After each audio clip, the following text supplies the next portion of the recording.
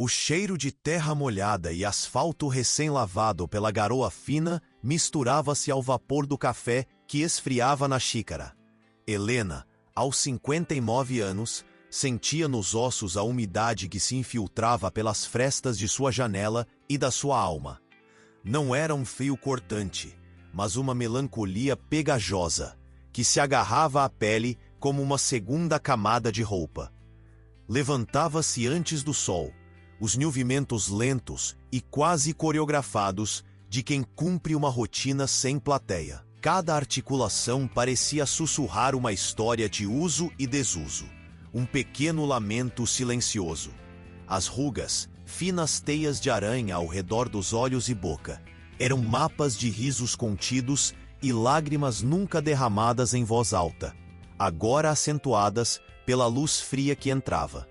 Ela se olhava no espelho enquanto prendia os cabelos grisalhos em um coque firme, tentando encontrar algo além da figura conhecida, quase transparente, que a observava de volta. Sentia-se, há muito tempo, como uma ponte desativada. Todos passam por ela, mas ninguém a vê de verdade.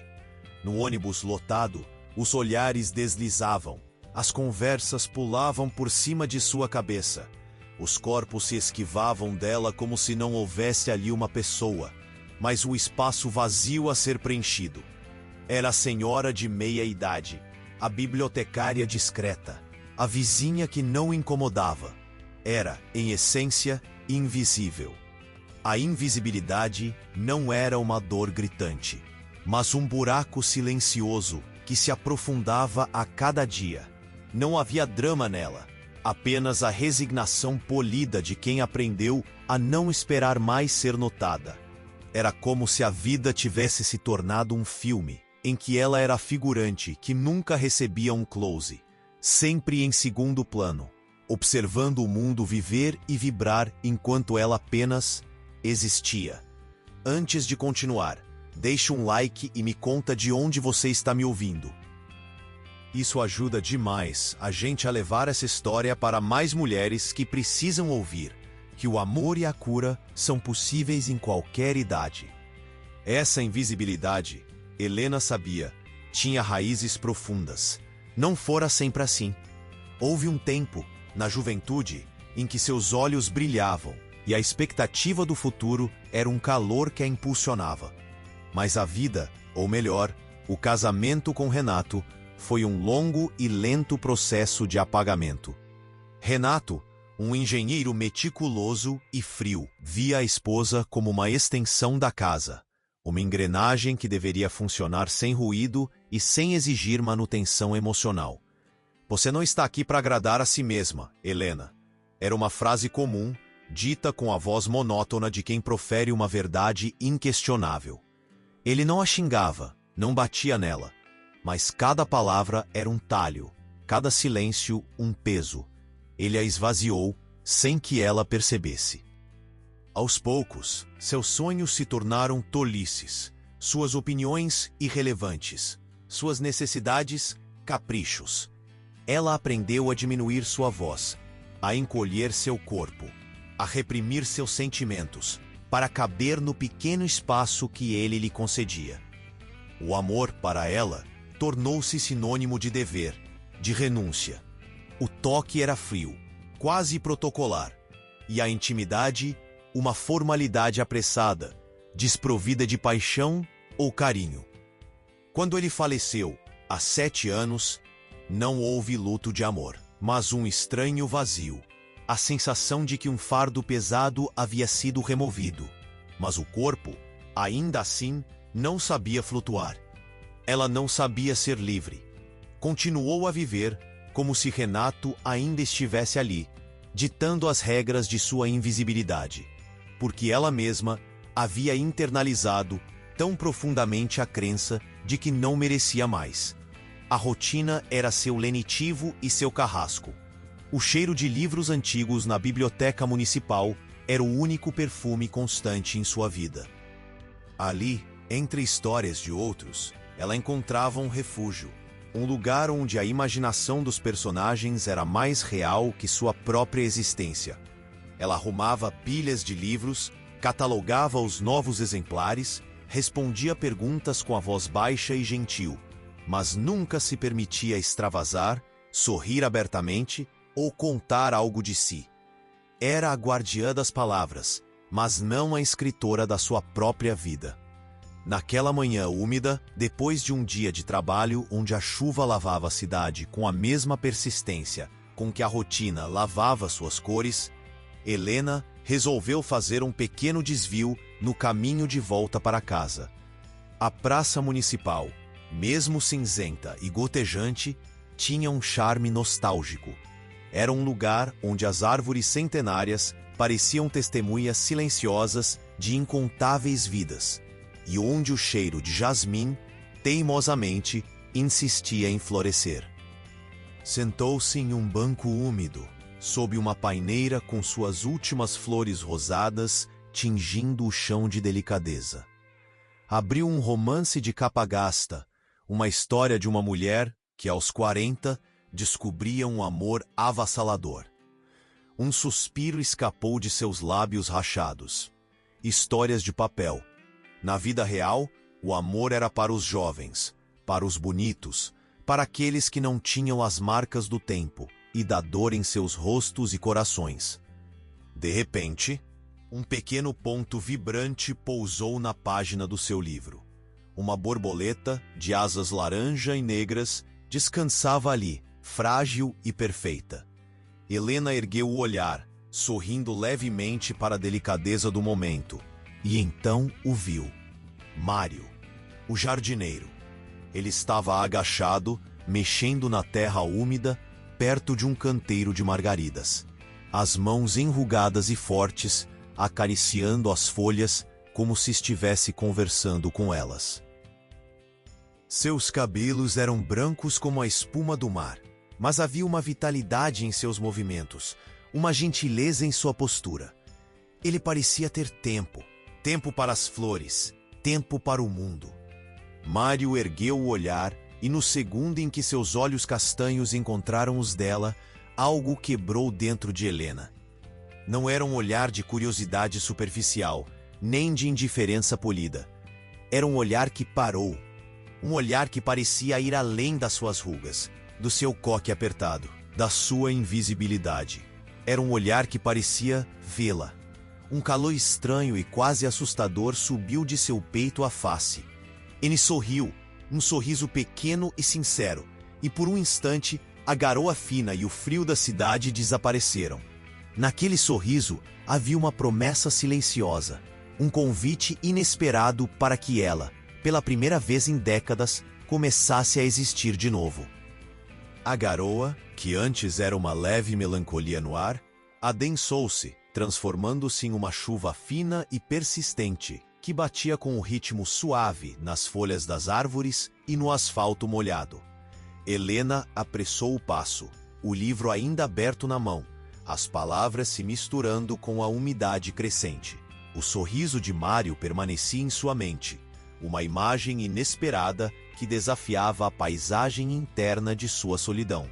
Ele a havia visto, aquela simples percepção, tão corriqueira para a maioria das pessoas, era para ela uma fenda no muro que construíra ao longo de décadas.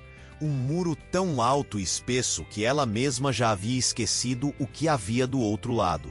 No dia seguinte, a rotina de Helena na biblioteca municipal seguiu seu curso silencioso. O cheiro adocicado de papel envelhecido e o tilintar ocasional das chaves na sala de acervo eram seus únicos companheiros. A chuva continuava, uma cortina cinzenta emoldurando as janelas altas.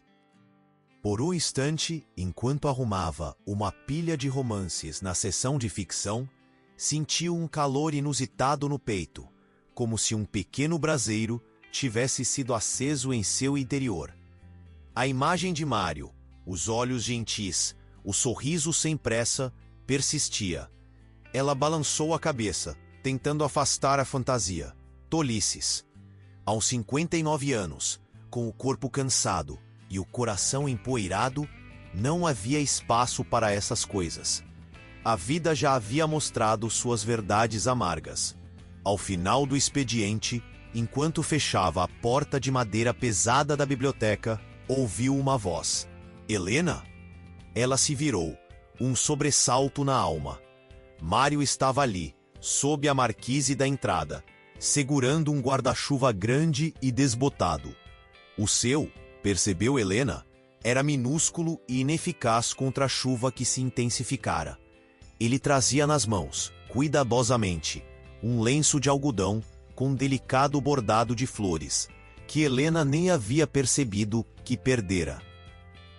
Era um lenço antigo, uma lembrança de sua mãe, algo que ela raramente usava, mas que carregava na bolsa por pura afeição. Desculpe incomodar, disse ele, a voz calma, tão melodiosa quanto o barulho da chuva. Você deixou cair isso ontem na praça. Pensei que pudesse ser importante. Ele estendeu o lenço, os dedos fortes e limpos, mas com as unhas ainda um pouco marcadas pela terra. Helena sentiu um rubor subir-lhe às faces, um constrangimento antigo que a fazia se encolher. Ah, Mário, obrigada. Eu nem notei.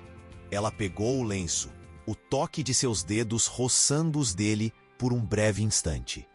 Foi um choque elétrico suave, quase imperceptível, mas que a fez recuar levemente. A chuva a apertou, ele continuou, como se não tivesse notado seu recuo. Se não se importa, posso acompanhá-la até a sua casa. Não é bom pegar essa água toda, e meu guarda-chuva é grande o suficiente para nós dois. O pedido a pegou desprevenida. Acompanhá-la? Ninguém havia se oferecido para acompanhá-la em décadas. Renato, em vida, considerava qualquer gentileza desnecessária, uma perda de tempo. Você tem duas pernas, Helena, ele costumava dizer, e sabe o caminho.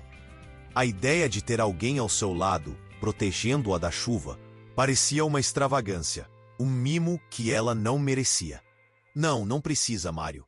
Ela respondeu apressadamente, a voz um pouco mais alta do que o habitual, como se estivesse se convencendo mais do que a ele. Eu estou acostumada, é só um pouco de chuva. Mário deu um passo à frente, sua presença calma e inabalável. Não é só um pouco de chuva, Helena.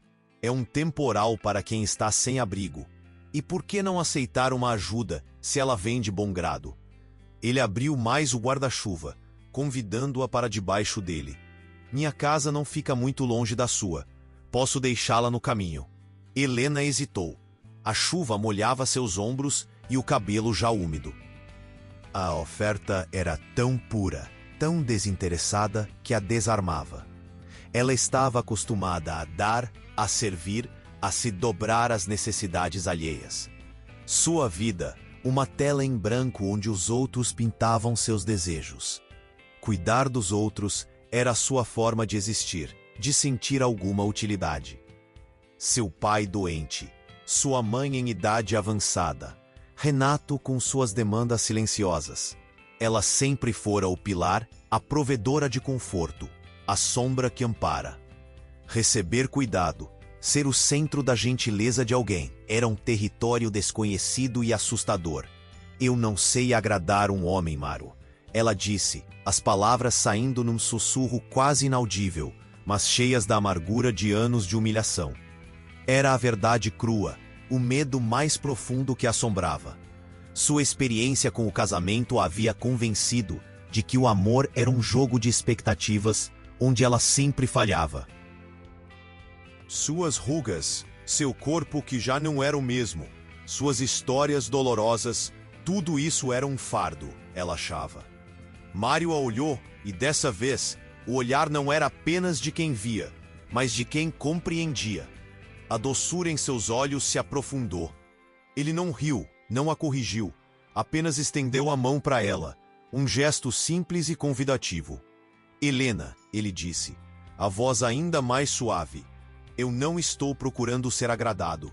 Eu só quero sua verdade, e eu vejo uma verdade linda em você, mesmo que você não a veja. Por que você acha que não pode ser cuidada? É errado aceitar uma gentileza, um pouco de calor neste dia frio? A pergunta a atingiu como um raio. Por que você acha que não pode ser cuidada? Ninguém nunca havia perguntado isso. Sempre foi, Você precisa cuidar de, ou é seu dever fazer. A ideia de ser cuidada, de ser digna de um gesto de carinho, parecia tão estranha, quase revolucionária. Ela sentiu um nó na garganta, um desejo incontrolável de chorar, mas reprimiu-o com a força de anos de prática. As lágrimas eram para os fracos, para os que tinham o luxo de demonstrar. Ele não a forçou, apenas esperou, o guarda-chuva ainda estendido. A chuva escorria pelas laterais, criando pequenas corredeiras na calçada. O cheiro de chuva e terra molhada era intenso, mas algo mais sutil, um perfume de sabonete e alho, vinha dele, um cheiro de casa, de vida. Depois de um longo instante, um instante que para Helena pareceu uma eternidade, ela deu um passo, hesitante, e se abrigou sob o guarda-chuva de Mário. O calor de sua presença era imediato, um contraste gritante com o frio úmido que a cercava. Ele não a tocou, não fez mais perguntas, apenas caminhou lentamente, ajustando o guarda-chuva para que ela ficasse mais protegida. A caminhada até sua casa foi um silêncio confortável, quebrado apenas pelo som da chuva e dos passos deles na calçada. Helena observava os detalhes. A forma como Mário esviava de uma poça para que ela não molhasse os sapatos. A maneira como ele parecia respirar o ar úmido com uma calma que ela havia esquecido existir. Ele não tentava preencher o silêncio com palavras vazias, algo que Renato fazia constantemente com discursos sobre trabalho ou finanças. Mário apenas estava chegando à porta de seu modesto sobrado, o cheiro de café de sua vizinha flutuava no ar. Helena sentiu-se estranhamente à vontade, uma sensação rara. Chegamos, disse Mário, o sorriso gentil de volta aos lábios. Em segurança. Obrigada, Mário, ela murmurou, sentindo-se estranhamente pequena e exposta. Por me trazer e pelo lenço. Você não precisava. Ele balançou a cabeça, os olhos fixos nos dela. Eu precisava sim, Helena. Foi um prazer. E não precisa agradar ninguém. Seja você, é tudo o que importa. Aquelas últimas palavras, ditas com tamanha simplicidade, desabaram sobre ela como uma cascata de verdades há muito esquecidas. Seja você. Ela havia passado a vida inteira tentando ser o que os outros queriam, e agora alguém a convidava a ser simplesmente ela mesma. Enquanto ele se virava para ir, Helena sentiu o impulso, uma pequena voz que gritava em seu peito. Mário, ela chamou. Ele se virou. A expressão de paciência inalterada. Você aceitaria um café? Amanhã, depois do trabalho? As palavras saíram apressadas, atropelando-se, e ela sentiu o rubor voltar. Que audácia dela, tão fora de sua natureza. Mário sorriu, um sorriso largo e genuíno que fez seus olhos se enrugarem nos cantos. Eu adoraria, Helena. Onde a guardiã das palavras pode me encontrar? Ela deu um pequeno sorriso, um sorriso que fazia suas rugas de expressão parecerem menos marcas do tempo e mais caminhos de uma beleza adormecida. Na praça, Mário, onde as borboletas encontram os jardineiros. Ele assentiu, um brilho divertido nos olhos, e se afastou na chuva. O guarda-chuva agora protegendo apenas a si mesmo. Helena o observou até ele desaparecer na curva da rua. Ao entrar em casa, o cheiro de terra molhada ainda parecia impregnado em seu vestido. Ela fechou a porta, mas não a trancou por dentro como de costume. Havia uma fresta, uma pequena abertura por onde um raio de sol, mesmo em meio à garoa, parecia tentar entrar.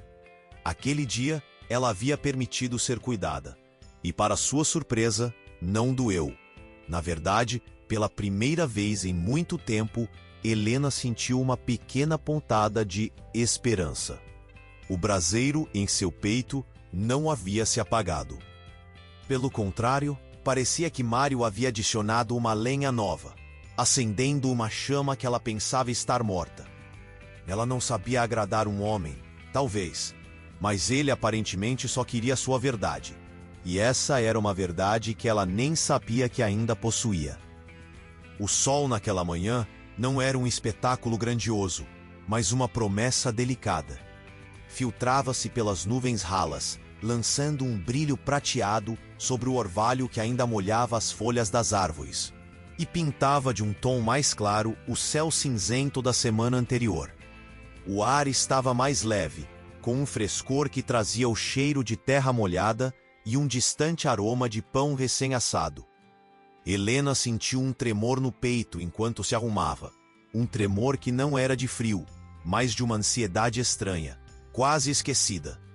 Ela escolheu um vestido floral discreto, mas com cores um pouco mais vivas do que o habitual, e penteou os cabelos grisalhos com um cuidado que ia além da rotina.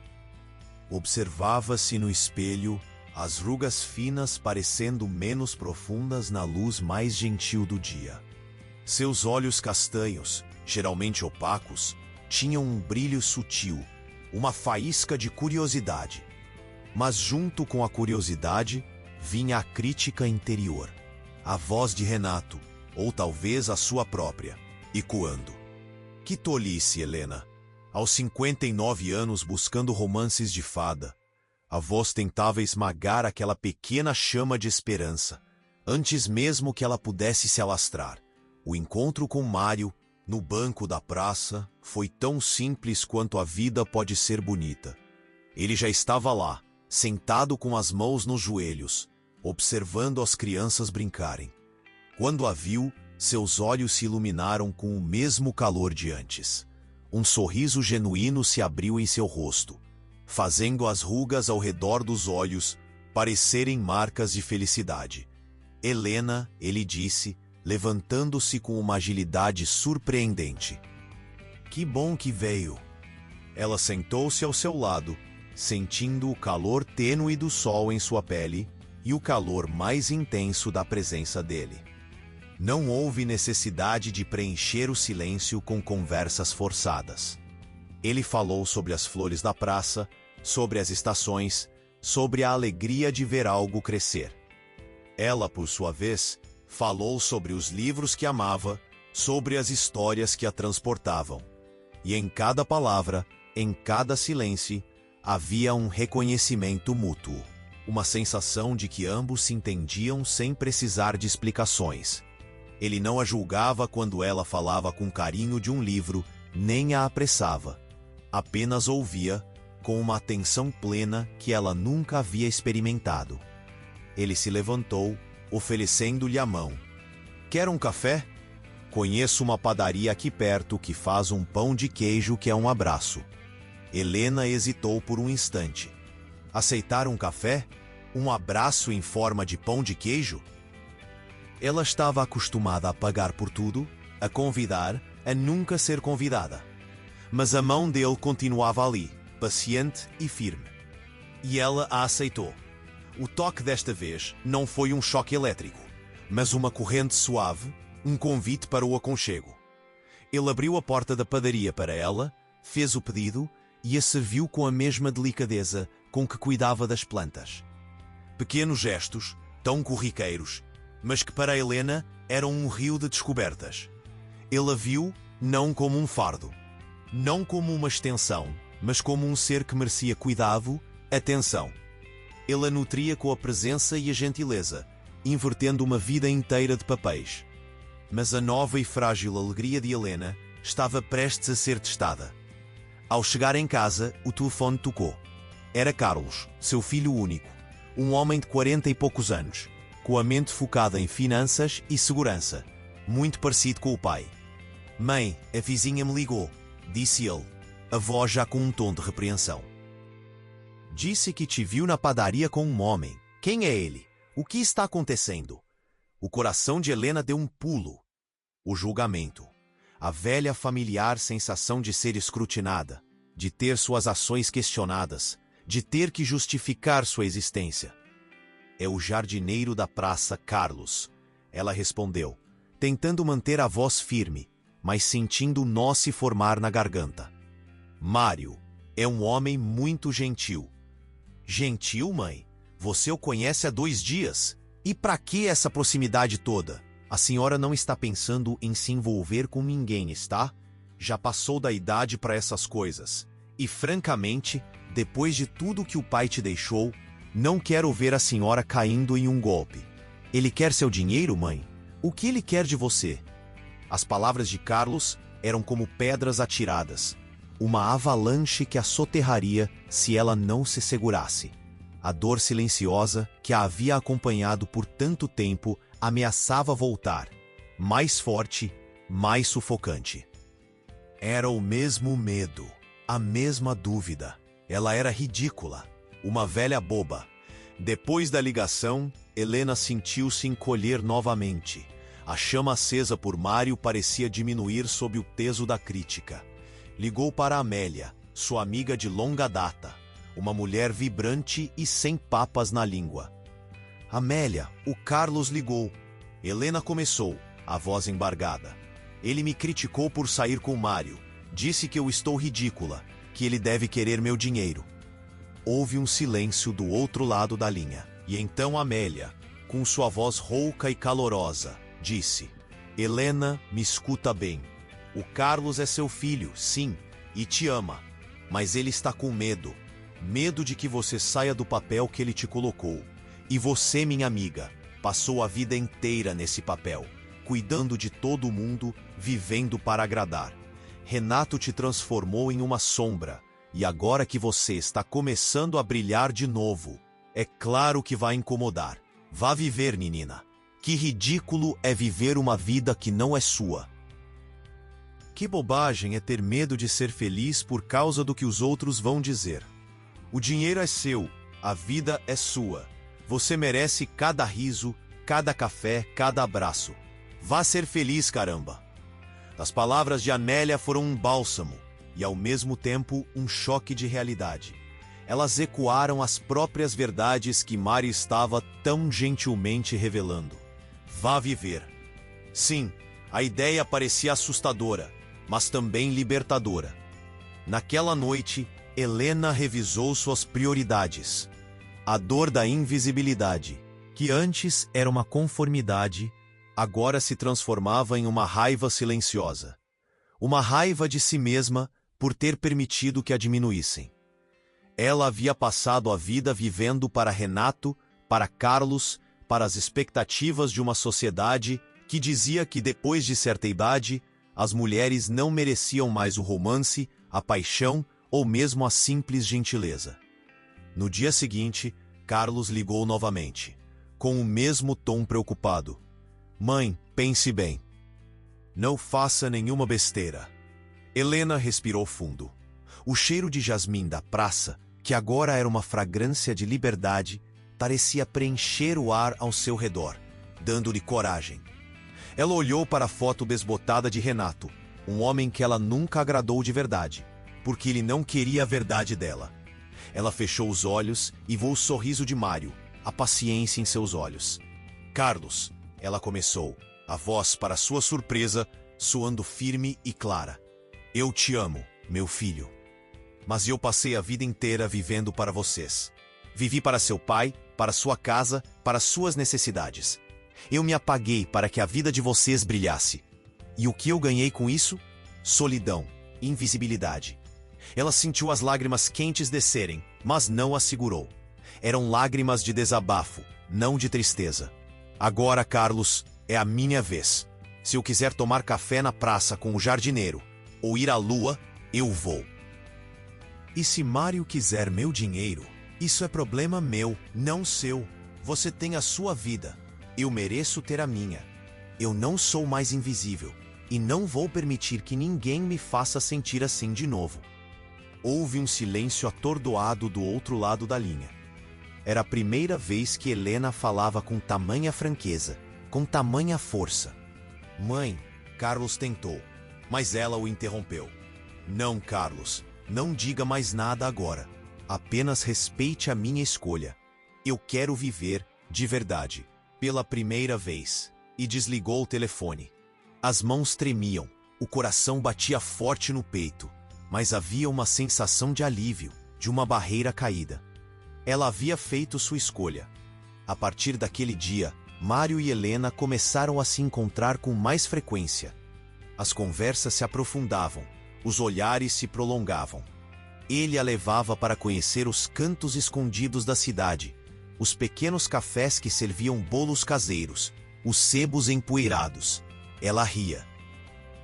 O riso genuíno que vinha da alma, fazendo suas rugas de expressão se aprofundarem de uma forma bonita. Uma noite, depois de um jantar simples e cheio de risadas em um pequeno restaurante italiano, Mário a levou para casa. A lua cheia banhava a rua em um prateado etéreo, e o ar da noite trazia o cheiro adocicado das damas da noite.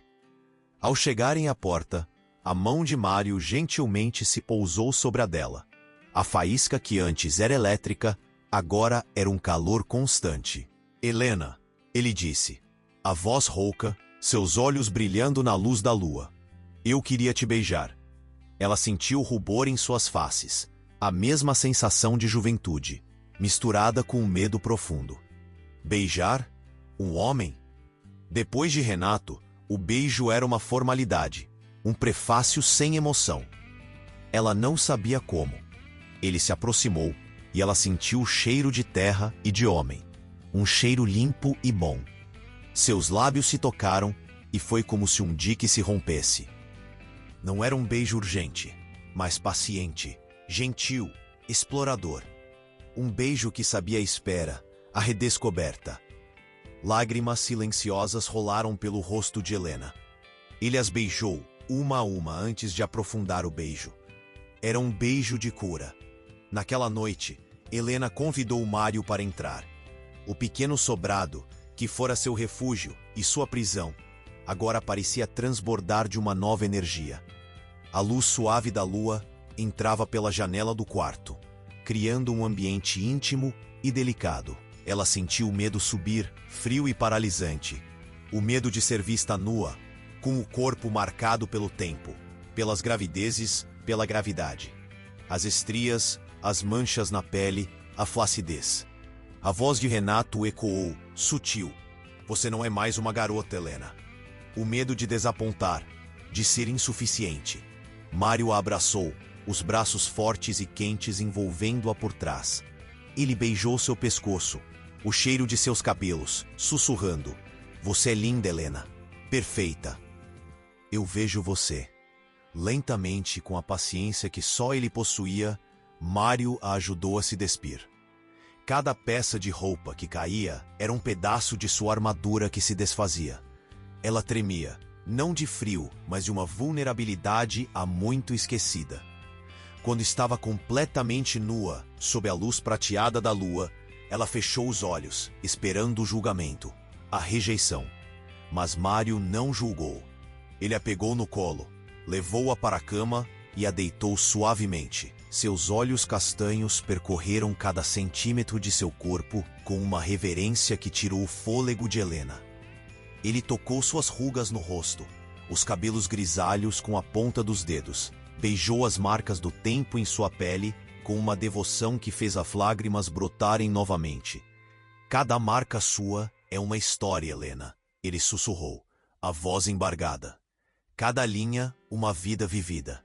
Você é a mulher mais real e mais bonita que já conheci. Ele a amou com uma ternura que ela nunca soubera que existia. Não era um sexo de conquista, mas de entrega, de cura. Cada toque, cada carinho, cada beijo dele era uma afirmação de que ela era desejada, amada, inteira.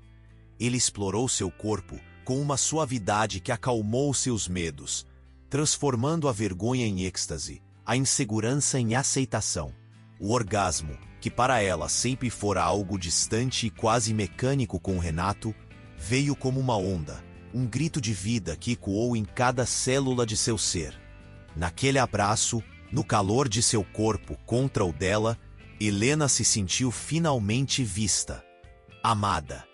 Não por ser jovem ou perfeita, mas por ser ela, com todas as suas marcas, suas histórias, suas verdades. Ela não precisava agradar a Mário. Ele só queria a verdade dela. E naquela noite, ela descobriu que sua verdade era linda, capaz de amar e ser amada, e ainda estava muito, muito viva. O braseiro em seu peito havia se transformado em um incêndio doce, que iluminava não apenas a ela, mas todo o seu mundo. A manhã seguinte amanheceu com a promessa de um dia mais claro, o sol penetrando pelas frestas da janela do quarto de Helena, pintando o chão com listras douradas e quentes. O cheiro de jasmim, que agora se misturava ao aroma sutil da pele de Mário, ainda impregnava o ar. Ele dormia profundamente ao seu lado, o braço forte envolvendo sua cintura. Um peso reconfortante e real que ela nunca pensou que sentiria novamente. As rugas ao redor dos olhos dele, tão evidentes sob a luz do sol, pareciam agora mapas de uma vida vivida com honestidade, não marcas de um tempo cruel. Helena acordou antes dele, sentindo cada músculo do corpo responder a uma noite de entrega e descoberta. Não havia o desconforto familiar da pressa ou do protocolo, apenas a lembrança de toques lentos, sussurros gentis e a sensação inebriante de ser adorada.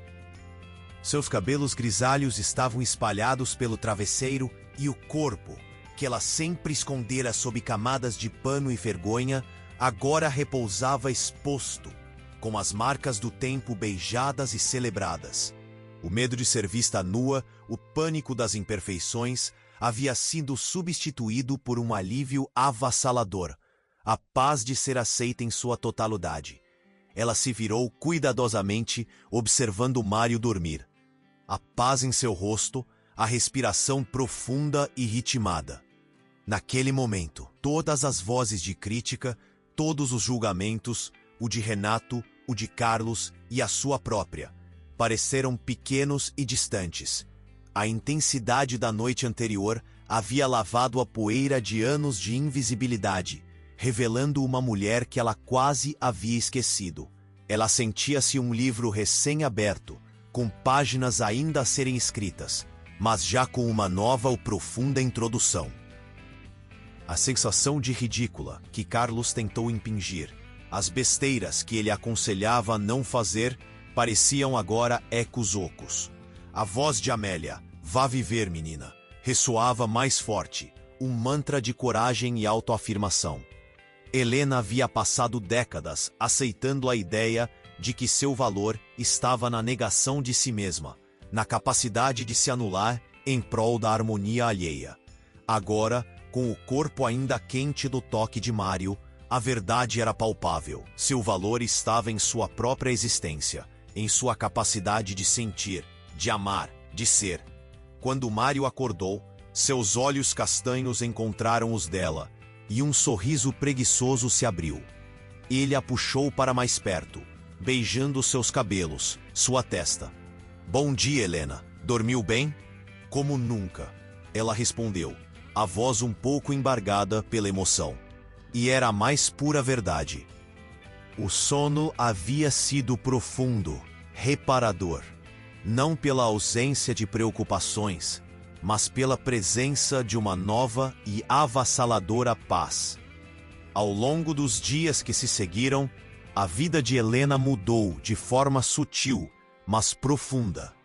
Ela ainda ia à biblioteca, arrumava livros, atendia aos leitores com sua gentileza habitual.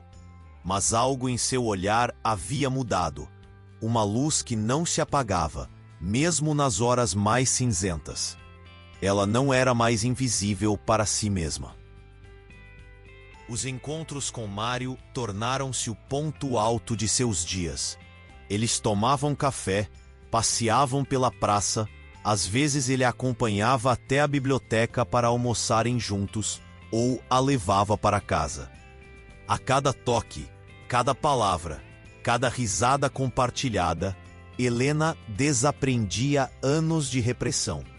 Ele abria as portas para ela, pagava o café, ouvia suas histórias sobre livros com genuíno interesse.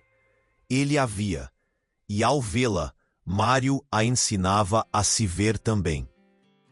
A gentileza dele não era um favor, mas uma celebração da pessoa que ela era. Ainda havia os momentos de dúvida, a voz interior que tentava sabotar sua felicidade. Carlos havia ligado novamente, as preocupações ainda presentes em seu tom, embora um pouco mais veladas após a confrontação. A vizinha, a mesma que havia denunciado o encontro na padaria, passou a lançar olhares curiosos e, por vezes, de desaprovação. A sociedade, em sua maioria, não estava acostumada a ver uma mulher de quase 60 anos se permitindo um amor tardio, um romance que não era adequado aos seus papéis de mãe, avó ou viúva respeitável. Mas Helena havia plantado uma semente de força em seu peito. A cena da confrontação com Carlos, embora dolorosa, fora libertadora. Eu passei a vida vivendo para vocês. Agora é minha vez. Aquelas palavras ditas com a voz tremendo, mas o coração firme, ressoavam em sua alma. Um lembrete constante de sua nova prioridade. Ela havia se permitido desobedecer, pela primeira vez em muito tempo, às expectativas alheias. E o mundo não havia desabado. Pelo contrário, o céu havia se aberto. A intimidade com Mário era o pilar dessa nova coragem. Não apenas a intimidade física, mas a emocional. Ele não só a via, mas a ouvia. Ele a fazia rir, com a barriga, com a alma. Ele elogiava a forma como ela contava uma história, a beleza de seu sorriso, a inteligência de suas observações. Ele a olhava não com o desejo de posse, mas com a admiração de quem encontra um tesouro há muito escondido. Uma noite, enquanto estavam sentados em seu sofá, as mãos entrelaçadas, Helena sentiu a necessidade de expressar o que sentia. O silêncio, antes um refúgio, agora era um convite à verdade. Mário, ela começou, a voz baixa, mas firme. Eu não sei o que estou fazendo. Eu não sei agradar um homem. Eu passei a vida inteira tentando e falhando e me diminuindo. Ele apertou a mão dela, seu olhar caloroso fixo no dela. Helena, você não precisa agradar ninguém. Você só precisa ser você. E ser você, para mim, é o maior presente. Eu não quero uma mulher que se molde aos meus desejos. Eu quero a sua verdade, seus pensamentos, suas risadas, até suas dores. Eu quero a mulher que está aqui, na minha frente, com todas as suas histórias e todas as suas belezas. As palavras de Mário eram como um bálsamo para feridas antigas. Ele não minimizava a sua dor, não a desqualificava. Ele apenas a envolvia em uma aceitação tão profunda que desarmava todas as suas defesas. O não sei agradar um homem era uma frase carregada de anos de autodepreciação, mas ele a desmantelou com uma simples verdade. Ele não queria ser agradado, queria ser amado por quem ela realmente era. Ele se inclinou e a beijou. Um beijo lento e profundo, que comunicava mais do que 1000 palavras. Era um beijo de perdão. Perdão a si mesma por tantos anos de autoabandono. Perdão ao passado que a havia moldado. Perdão aos outros que não souberam vê-la. Era um beijo de promessa, de futuro. Naquela noite, e em todas as noites que se seguiram, a intimidade com Mário se tornou um ritual de cura. Cada toque dele em sua pele envelhecida não era uma confirmação de que ela ainda podia, mas uma celebração de que ela era. Ele traçou as linhas finas ao redor de seus olhos, beijou suas mãos marcadas pelo tempo, sussurrou que suas estrias eram mapas de uma vida que gerou vida.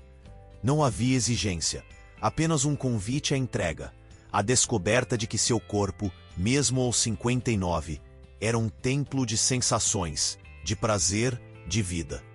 O sexo não era uma performance, mas uma oração, um louvor à existência, um renascimento. Helena sentiu-se flutuar entre o melancólico e o esperançoso, a melancolia da vida que havia passado, das oportunidades perdidas, das palavras não ditas.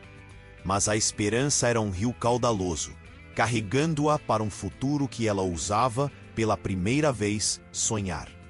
Ela não estava apenas vivendo, estava florescendo. As flores da praça, tão amadas por Mário, pareciam agora espelhos da própria alma de Helena, complexas, resilientes e belas em sua verdade. Ela havia escolhido a si mesma, escolhido o amor, escolhido a vida. E essa escolha, feita com o coração, com a alma e com o corpo, era a mais poderosa de todas. Aos 59, ela finalmente estava inteira, pronta para viver sua própria história, sem filtros, sem medos, apenas com a sua verdade. O cheiro de terra molhada da manhã cedeu lugar ao aroma doce e quente do café fresco que Mário preparava na pequena cozinha de Helena. O sol entrava pelas janelas, dançando em partículas de poeira suspensas no ar e aquecendo a toalha de renda na mesa.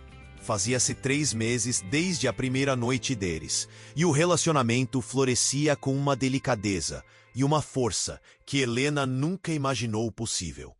Mário era a constância, a paciência personificada. Ele acordava com beijos leves, preparava o desdejum, e seus olhos castanhos, cheios de uma luz serena, eram o primeiro e o último refúgio de seu dia.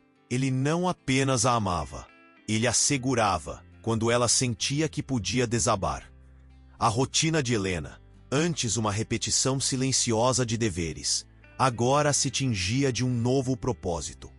A biblioteca, que fora seu santuário e sua prisão, começou a parecer um fardo mais pesado. O cheiro dos livros, antes reconfortante, agora às vezes sufocava.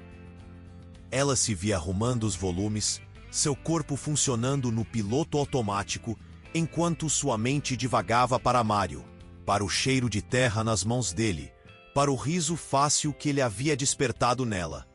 Aquele espaço, outrora um refúgio da invisibilidade, agora parecia um muro que a impedia de viver a vida que Mário a havia ensinado a desejar. Uma tarde, ao retornar da biblioteca, sob uma chuva fina que escorria pelas janelas do ônibus, Helena sentiu um cansaço que ia além do físico. Era uma exaustão da alma, de carregar por anos um papel que não lhe cabia mais. As palavras de Carlos, embora mais brandas agora, ainda ecoavam.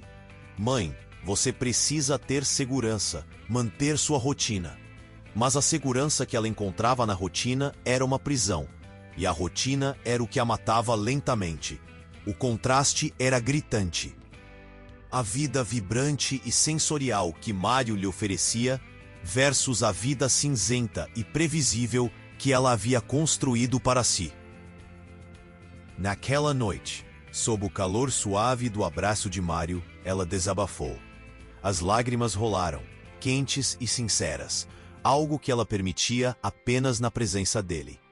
Mário, ela sussurrou, a voz embargada. Eu não aguento mais a biblioteca. Eu me sinto murcha lá dentro. Eu não estou vivendo. Ele a apertou mais forte, beijando seus cabelos grisalhos. Então não viva, minha Helena. O que te prende? O medo do que o Carlos vai dizer? O que as pessoas vão pensar? Você me disse que agora é sua vez. Eu estou aqui para te segurar, não para te prender. As palavras de Mário eram uma brisa fresca, soprando as cinzas das velhas crenças. Naquela semana, com um coração que batia rápido e as mãos tremendo, Helena redigiu sua carta de demissão. O ato de entregá-la foi um misto de pavor e euforia. Ao sair pela porta da biblioteca pela última vez como funcionária, o ar de fora pareceu mais leve, o cheiro de chuva na calçada mais fresco. Era como se, por fim, ela estivesse respirando de verdade. Com o tempo livre, o corpo e a mente de Helena começaram a se abrir para novas possibilidades. Ela redescobriu uma velha caixa de linhas e tecidos que sua mãe havia deixado. O cheiro de algodão antigo, misturado ao aroma de lavanda de um sachê esquecido, trouxe memórias distantes de tardes de infância. Mário, percebendo seu interesse, trouxe-lhe pequenos vasinhos de flores e terra, encorajando-a a cuidar de seu próprio jardim em miniatura na varanda. Ela que antes temia sujar as mãos, agora sentia a conexão com a terra, a alegria de ver uma semente brotar, de acariciar as folhas tenras de uma petúnia. Helena começou a bordar. Pontos delicados e coloridos surgiam em panos brancos, flores, pássaros, paisagens que ela imaginava ou que Mário lhe descrevia de seus passeios.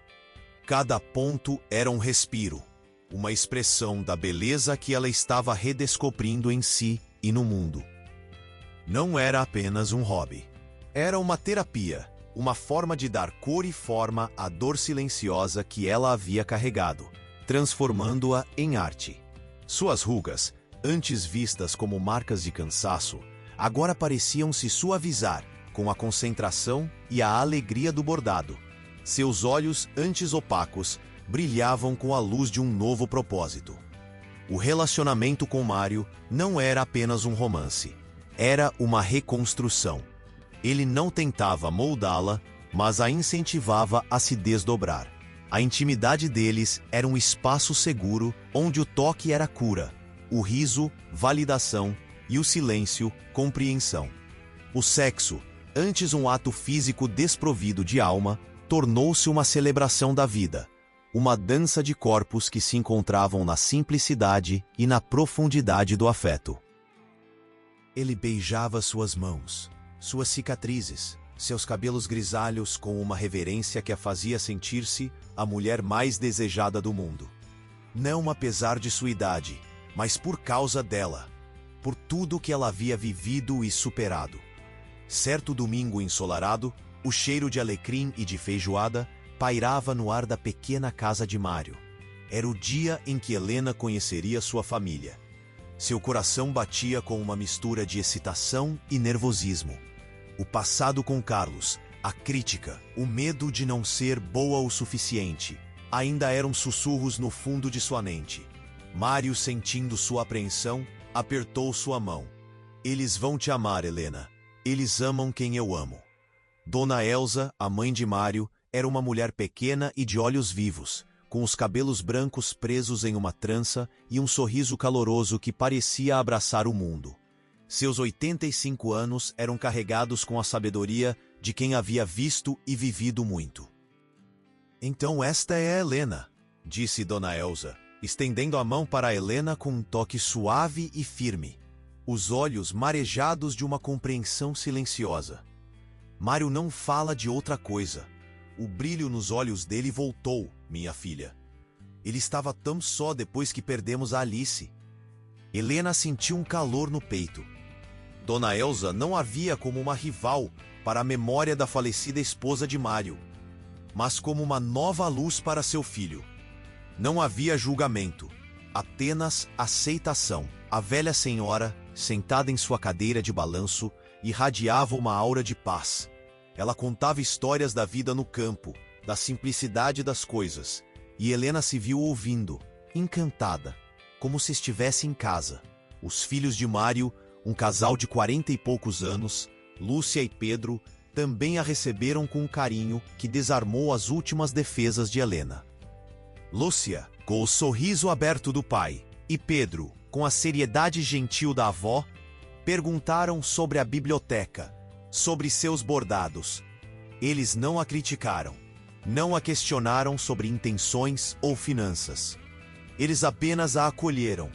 O cheiro de comida caseira, de temperos frescos, o burburinho das conversas e o riso das crianças de Lúcia, tudo isso a envolvia em uma teia de pertencimento que ela nunca havia experimentado. Durante o almoço, Mário pegou a mão de Helena por debaixo da mesa, um gesto discreto de afeto que a fez sorrir. Ela olhou para a família reunida, para o rosto feliz de Mário, para o olhar sábio de Dona Elza. Havia um contraste gritante com os almoços silenciosos e formais com Renato, onde cada garfada era calculada e cada palavra medida. Ali havia vida, barulho, afeto. Dona Elza, observando a interação de Helena com os netos, chamou a atenção da sala. "Vocês sabem?" ela disse, a voz um pouco embargada pela emoção. "Quando a gente chega a uma certa idade, a gente acha que já viveu tudo, que o coração já não tem espaço para as grandes alegrias. Mas o amor, Ah, o amor é como uma semente teimosa. Mesmo na terra mais seca, ele encontra um jeito de brotar. E a gente não pode ter medo de regar essa semente, não importa quantos anos a gente tenha. Ela olhou diretamente para Helena, com um carinho que fez os olhos de Helena marejarem. Seja muito feliz, minha filha. Você merece. As palavras de Dona Elsa foram a última peça do quebra-cabeça na alma de Helena. A aceitação da família de Mário, o carinho genuíno, o reconhecimento de sua dignidade e de seu direito à felicidade. Tudo isso solidificou a transformação que Mário havia iniciado. Ela não era mais uma mulher que tentava agradar. Era uma mulher que estava aprendendo a ser feliz, a viver sua própria verdade. Naquele dia, Helena sentiu que havia encontrado não apenas um amor, mas uma família. Uma família que a amava por quem ela era, com todas as suas histórias, suas rugas e seu coração finalmente aberto. O passado, com sua dor silenciosa e sua invisibilidade, ainda era uma parte de sua história, mas não mais a definia. O presente, com Mário e sua família, era um campo fértil, onde ela podia florescer, bordar, cultivar um jardim e, acima de tudo, amar e ser amada, em sua verdade mais plena e bela. 5 anos. 5 anos haviam se passado desde aquele dia chuvoso na praça, desde o lenço devolvido e o convite para um café. 5 anos desde que Helena, então uma mulher quase invisível, decidiu, com um misto de pavor e coragem, dar um passo para fora de seu próprio muro. O cheiro que agora preenchia sua casa não era o de livros empoeirados ou a melancolia da solidão, mas uma deliciosa mistura de café fresco, bolo de fubá recém-saído do forno e o aroma terroso das flores do jardim que ela e Mário cultivavam na varanda. O sol de fim de tarde banhava a sala, criando um caleidoscópio de cores nos bordados que adornavam as almofadas e as paredes. Cada ponto uma memória, cada linha uma história de redescoberta. Helena, agora com 64 anos, sentava-se na varanda, as mãos enrugadas e felizes segurando uma xícara de chá de camomila. Ao seu lado, Mário, com seus cabelos ainda mais brancos, lia o jornal, seus óculos de leitura um pouco tortos no nariz.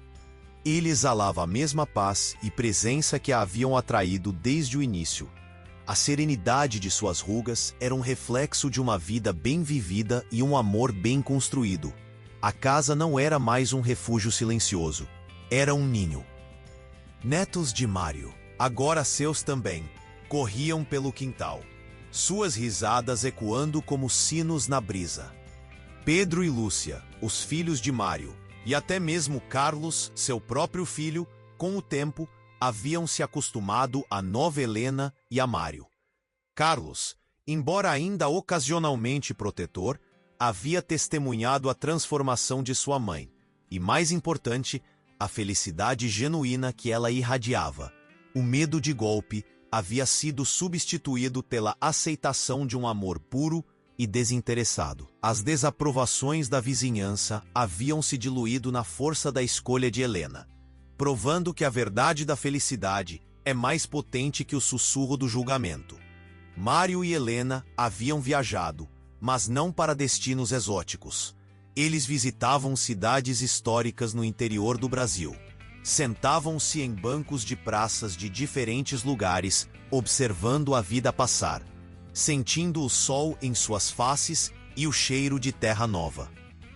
Ia à praia, onde o vento salgado desarrumava seus cabelos brancos e o mar lavava qualquer resquício de dor antiga.